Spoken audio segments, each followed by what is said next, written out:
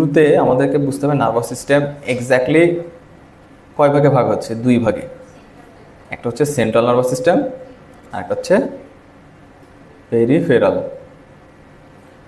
ঠিক আছে, তো আসো যদি একটু বড় করে দেখি, সেন্ট্রাল নার্ভাস সিস্টেমের ভিতরে কয়েকটা পার্ট আছে, মেইনলি ব্রেন আর স্পাইনাল কর্ড। ব্রেনের ভিতরে যদি সব থেকে বড় যেটা পাবা সেটা হচ্ছে গুড, তারপরে একটা ছোট ইম্পর্টেন্ট অংশ হচ্ছে সেরিবেলাম, এরপরে গ্রিন একটা অংশ দেখছো এটাকে বলে ব্রেন স্টিম, আর রেস্ট অফ যে লম্বা একটা কর্ড এটা হচ্ছে স্পাইনাল কর্ড। তার মানে নার্ভাস সিস্টেম দুই ভাগে ভাগ, সেন্ট্রাল পেরিফেরাল। এর ভিতরে আছে, সেন্ট্রালের ভিতরে আছে ব্রেন আর স্পাইনাল কর্ড। ব্রেন স্পাইনাল কর্ডের বাদে বাকি সব হচ্ছে পেরিফেরাল। এখন এই ব্রেনের ভিতরে আবার কয়েকটা পার্ট আছে, একটা হচ্ছে সেরিব্রাম, সেটা হচ্ছে লার্জেস্ট পার্ট, একটা হচ্ছে সেরিবেলাম, এটা second largest part, brain steam আছে, আর আছে স্পাইনাল কর্ড। ঠিক আছে, এখন আসো এই যে আমরা সেন্ট্রাল পেরিফেরাল নিয়ে কথা বলছি, এটার ভিতরে সেল থাকবে দুই ধরনের, টু টাইপসের সেল থাকবে, তাই তো? একটা হচ্ছে নিউরন, বেসিক ওয়ার্কিং ইউনিট, ঠিক আছে, আর একটা হচ্ছে সাপোর্টিং সেল। তারপর এই বক্সের ভিতরে কি কি এক ধরনের সেল আছে, এক গ্রুপ অফ সেল আছে, এটা হচ্ছে সাপোর্টিং সেল। একটা নাম দিয়েছে কি অ্যাস্ট্রোসাইট, একটা নাম হচ্ছে অলিগোডেন্ড্রোসাইট, একটা হচ্ছে এপিন্ডাইমাল সেল, একটা হচ্ছে মাইক্রোগ্লিয়া। ঠিক আছে, আমরা আজকে মেইনলি এই সেলগুলোর হিস্টোলজি এবং তাদের ফাংশন নিয়ে একটু কথা বলবো, কারণ আমরা যদি বেসিক নার্ভ ফিজিওলজি না জানি বা বেসিক নার্ভের অ্যানাটমি না জানি, হিস্টোলজি না জানি, তাহলে যখন আমরা পুরা নার্ভাস সিস্টেম পড়ব তখন আমাদের কনফিউশন তৈরি হইতে থাকবে।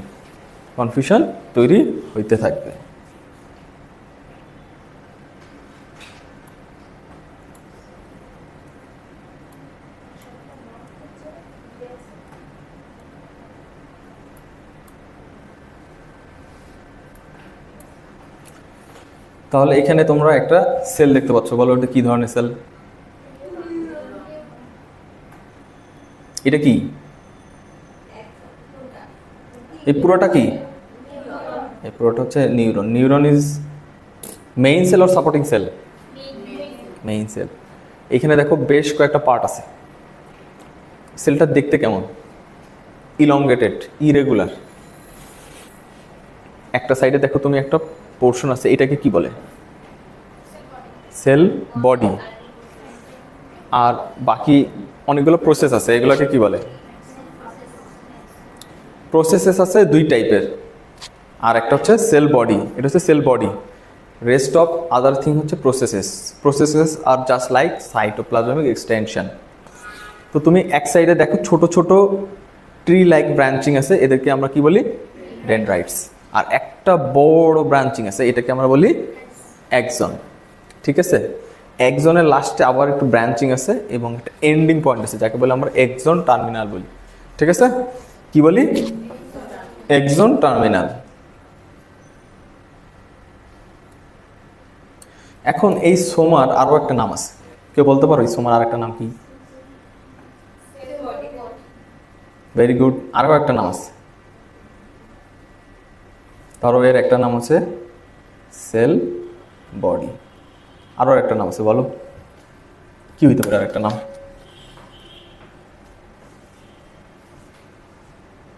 কেউ বলতে পারতেছে না?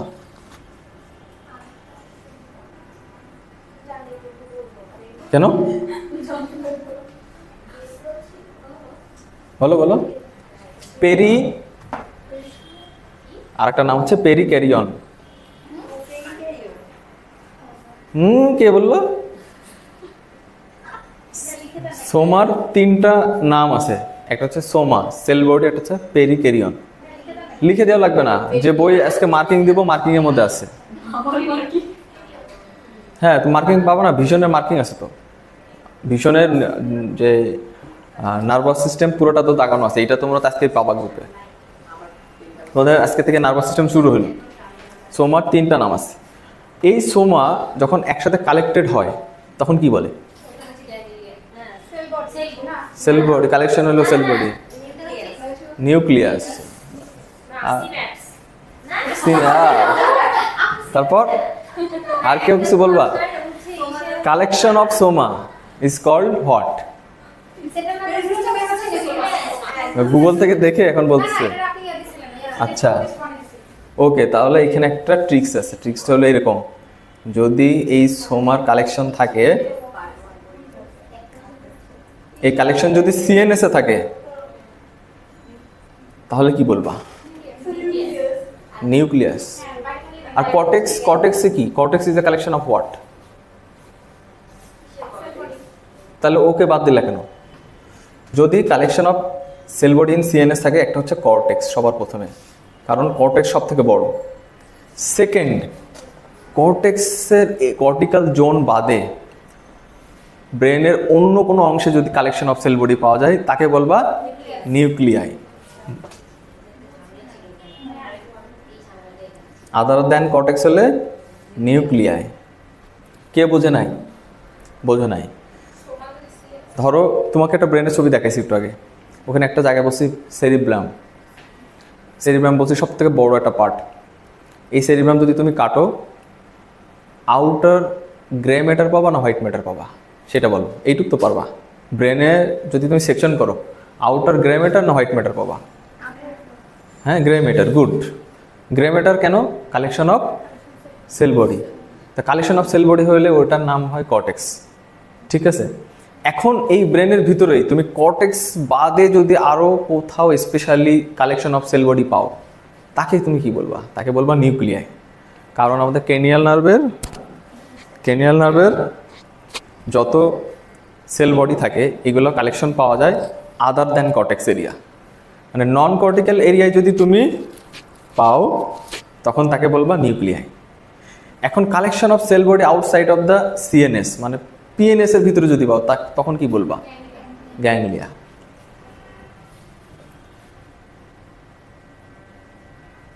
পিএনএস এ পাইলে বলবা গ্যাংলিয়া, তাই তো? একই জিনিস collection of soma cell body perikaryon যদি সিএনএস এর মধ্যে সব থেকে সুপিরিয়র পার্টে পাও, কর্টেক্স সব থেকে বড়, আদার দ্যান নন কর্টিক্যাল এরিয়া পাইলে বলবা nuclei. Mainly cranial nerve nuclei.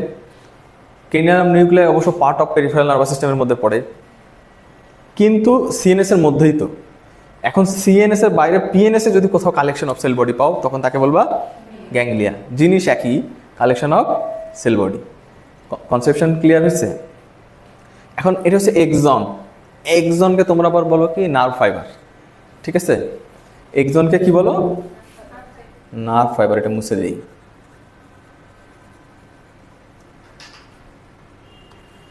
ধরো এটা এক্সন, এটা তোমরা বলো নার্ভ ফাইবার। নার্ভ ফাইবার কোথায় বলো? নার্ভ ফাইবার কোথায় বলো? আর ট্র্যাক কোথায় বলবা? বলো। ট্র্যাক কখন বলবা? Collection of axon is called tract, কিন্তু এটা কোথায় বলবা? Tract peripheral. গুড। মানে তোমার নার্ভ ট্র্যাক পেরিফেরাল সিস্টেমে, আর নার্ভ ফাইবার কোথায় তাহলে? ব্রেনে। অ্যাসেন্ডিং ট্র্যাক ডিসেন্ডিং ট্র্যাক কোথায় আছে? ব্রেনে আর স্পাইনাল কর্ডে। তার মানে হচ্ছে collection of nerve fiber within the central nervous system is called tract. Collection of the nerve fiber other than central nervous system is called nerve fibre.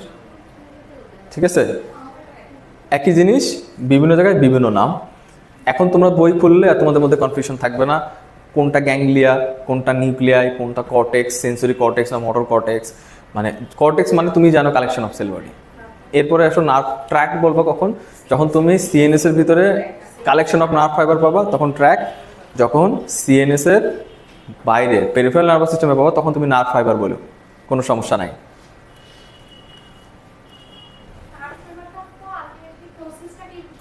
হ্যাঁ, এই একজন।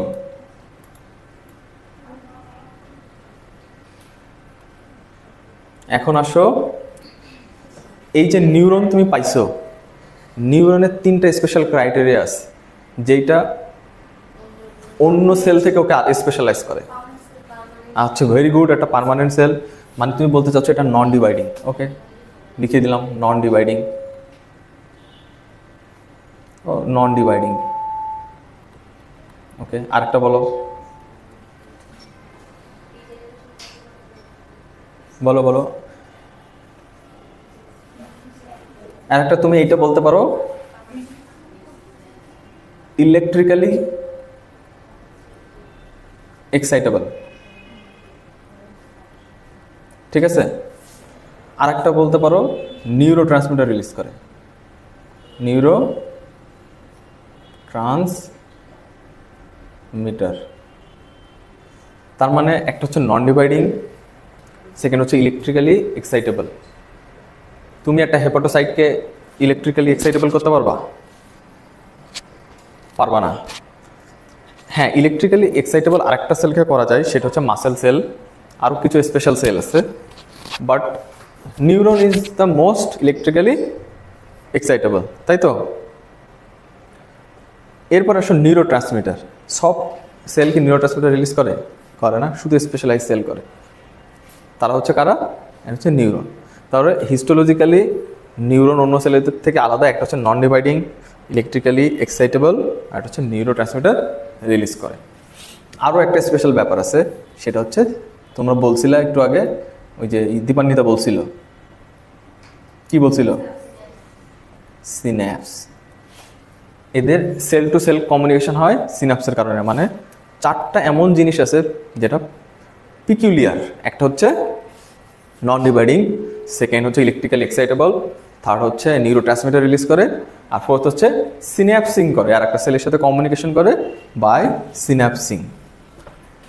ঠিক আছে, এখন আসো আরও দুইটা পার্ট আছে। আমরা সোমা পড়লাম, একজন আছে ডেনড্রাইটাস। ডেনড্রাইটগুলো কেমন? Short, branching. ঠিক আছে, এবং এই যে সেল সোমার ভিতরে কি কি থাকবে? নিউক্লিয়াস ছাড়াও অল অর্গানেলি থাকবে, এক্সেপ্ট একটা, হ্যাঁ, মাইক্রো, কি যেন এটা বলছো, জোরে বলো। মাইটোকন্ড্রিয়া ছাড়া সব থাকবে। তো তুমি মাইটোকন্ড্রিয়া যদি না থাকে, তাহলে তো তোমার পুরো নিউরনের কোনো কাজই করতে পারবে না। এটিপি ছাড়া তো ও পুরো অচল, ও তো নার্ভ ইম্পালস ট্রান্সমিট করবে। তুমি এটিপি ছাড়া বলো, এখানে একটা জিনিস থাকবে না এই সেলে, বাকি সব অর্গানেলি থাকবে। চিন্তা করে বলো, চিন্তা করে বলো। তোমরা একটু আগে বলছো নন ডিভাইডিং, লাইসোজোম তো না। তোমরা একটু আগে বলছো নন ডিভাইডিং, তাহলে এখন আবার বলতেছো কেন মাইটোকন্ড্রিয়া থাকবে না, লাইসোজোম থাকবে না? হ্যাঁ, গুড, দ্যাট মিনস সেন্ট্রিওল থাকবে না। তোমরা এর আগেও আমার কোন একটা লেকচারে এটা শুনছো যে এইখানে একটা জিনিস থাকবে না, সেন্ট্রিওল, যার কারণে এই সেলগুলো হবে নন ডিভাইডিং। বাকি সব অর্গানেলি থাকবে, নিউক্লিয়াস থাকবে, গলগি থাকবে, রাফ এন্ডোপ্লাজমিক রেটিকুলাম থাকবে, স্মুথ থাকবে, মাইটোকন্ড্রিয়া থাকবে। তো এই যে তোমরা ডেনড্রাইট দেখতেছো, এই ডেনড্রাইটের ভিতরে অলমোস্ট অল অর্গানেলি থাকবে, মোটামুটি সেল সোমার সাথে সরাসরি কানেক্টেড, এর ভিতরে সব কিছু থাকবে ডেনড্রাইটে। ঠিক আছে, কিন্তু এই ডেনড্রাইটের একটা স্পেশালিটি হলো, ডেনড্রাইটের একটা জিনিস থাকবে না, সেটা হচ্ছে কি বলতো? মাইলিন থাকবে না। কখনো মাইলিনেটেড ডেনড্রাইট পাবা না। ঠিক আছে, আর একটা কি, এ কখনো অ্যাকশন পোটেনশিয়াল তৈরি করতে পারে না, তৈরি করতে পারবে না, অনলি রিসিভ করবে। ঠিক আছে, তাহলে এ হচ্ছে এর ভিতরে অর্গানালি সব থাকবে, সব ঠিক আছে। এ ব্রাঞ্চিং হবে, শর্ট হবে, এর মাইলিন থাকবে না, অ্যাকশন পোটেনশিয়াল জেনারেট করতে পারবে না, কিন্তু রিসিভ করতে পারবে। ঠিক আছে, নো মাইলিন।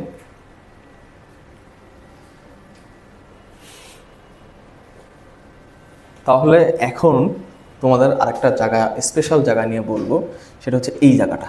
দেখো, স্পেশালি আমি একটা গ্রিন কালার করলাম। তোমরা কেউ বলতে পারো এটার নাম কি? গুড, এটা হচ্ছে একজন হিল লক। হ্যাঁ, এই যে একটা স্পেশাল জায়গায় আমি দাগ দিয়ে এটা নাম বললাম একজন হিল লক। এই একজন হিল লক কেন এত ইম্পর্টেন্ট? ধরো এইটা একটা বালজিং এরিয়া, জাংশন বিটুইন একজন অ্যান্ড সোমা। তো এই জায়গাটাকে আমি স্পেশালি এমফাসিস কেন দিচ্ছি, কেন দিলাম? কেউ বলতে পারো কেন দিলাম? হ্যাঁ হ্যাঁ হ্যাঁ, অ্যাকশন পোটেনশিয়াল। দ্যাট মিনস কোনো একটা নার্ভের অ্যাকশন পোটেনশিয়াল জেনারেট হবে এইখান থেকে। ঠিক আছে, মোস্ট সেন্সিটিভ এরিয়া, গুড, এটা এসবিএতে আসবে।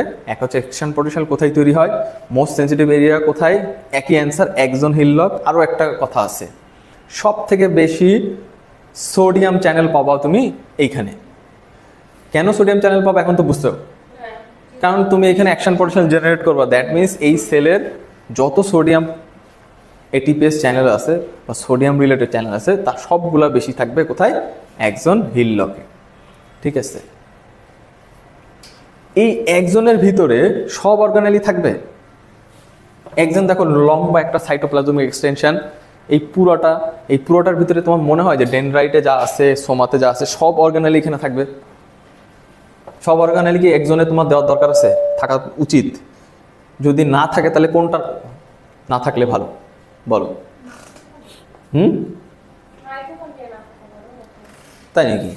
ধরো ওর ট্রাইজেমিনাল নার্ভের এইখানে কোনো মাইটোকন্ড্রিয়া নাই, অর্চির এখানে অরিজিনেট, আচ্ছা ধরো সায়ন্তী, ওর ভালো নাম হচ্ছে সায়ন্তী ট্রাইজেমিনাল নার্ভের এই যে একজন ফাইবার আছে এর ভিতরে কোনো মাইটোকন্ড্রিয়া নেই, ওর কোনো চিন্তা নেই, বিন্দাস, ওর ক্যারিজ হোক, পালপাইটিস হোক, পেরিডন্টাইটিস হোক, ওর কিছু যায় আসে না, কোনো সেন্সই নাই, নন সেন্স ট্রাইজেমিনাল নার্ভ।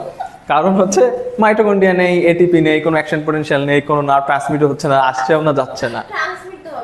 কিভাবে হবে? এটিপিই নাই, এটিপি তো নাই এইখানে, ওই এক মাইটোকন্ড্রিয়াই থাকবে সব থেকে বেশি প্রমিনেন্ট, তুমি ওকেই বাদ দিচ্ছ। কারণ ধরো একটা ইলেকট্রিক্যাল ইম্পালসকে তুমি জাম্পিং করে এই সাইড দিয়ে নিয়ে যাবা, তো ওর কি পরিমাণ তুমি, আমি তোমাকে আগেই বলে দিছি যে এটাতে সব থেকে বেশি চ্যানেল হচ্ছে সোডিয়াম চ্যানেল আছে। সোডিয়াম চ্যানেলকে তুমি ওপেন করাইতে হবে, সব সোডিয়াম চ্যানেলকে ওপেন করাইতে গেলে তোমার ক্যালসিয়াম লাগবেই। ভোল্টেজ গেটের যে সোডিয়াম চ্যানেল, এগুলো ওপেন করবা কেমনে ক্যালসিয়াম না থাকলে? পারবা না। তো এই জন্য তুমি যেটা বলছো, যদি তোমার ট্রাইজেমিনাল এটা না থাকে, তুমি ওয়ার্ল্ডের বেস্ট হ্যাপি মানুষ, তোমার দাঁতের যাই সমস্যা হোক তোমার কোনো পেইন হবে না, ধ্বংস হয়ে উড়ে চলে যাক, কিচ্ছু হবে না, কারণ ওটাতে মাইটোকন্ড্রিয়া নেই। তো এখানে সব থাকবে, একটা জিনিস থাকবে না, সেটা হচ্ছে নিসিল গ্র্যানিউলস। তারপর কোনটা থাকবে না? নিসিল গ্র্যানিউলস। এখন এই নিসিল গ্র্যানিউলসটা কি এক্স্যাক্টলি? নার্ভে আমরা যে রাফ এন্ডোপ্লাজমিক রেটিকুলাম পাই, যেটাতে অনেকগুলো স্পেশাল প্রোটিন তৈরি হয় নিউরোট্রান্সমিটারের জন্য, সেটাই হচ্ছে আর এক নাম নিসিল গ্র্যানিউলস, আর কিছু না।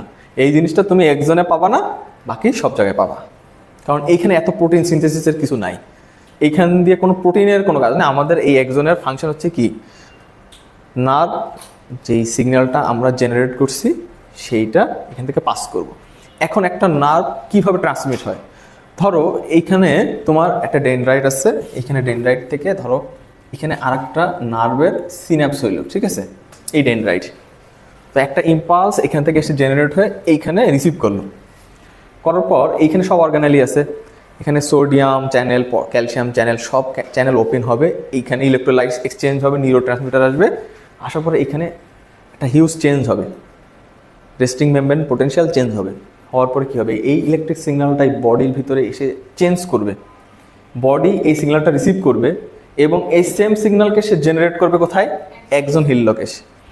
এইখানে একটা পাওয়ারফুল ইম্পালস জেনারেট হবে এবং এই ইম্পালস ট্রান্সমিট হবে নেক্সট ইয়েতে, এইভাবে জাম্পিং করে করে এই এন্ডে চলে যাবে।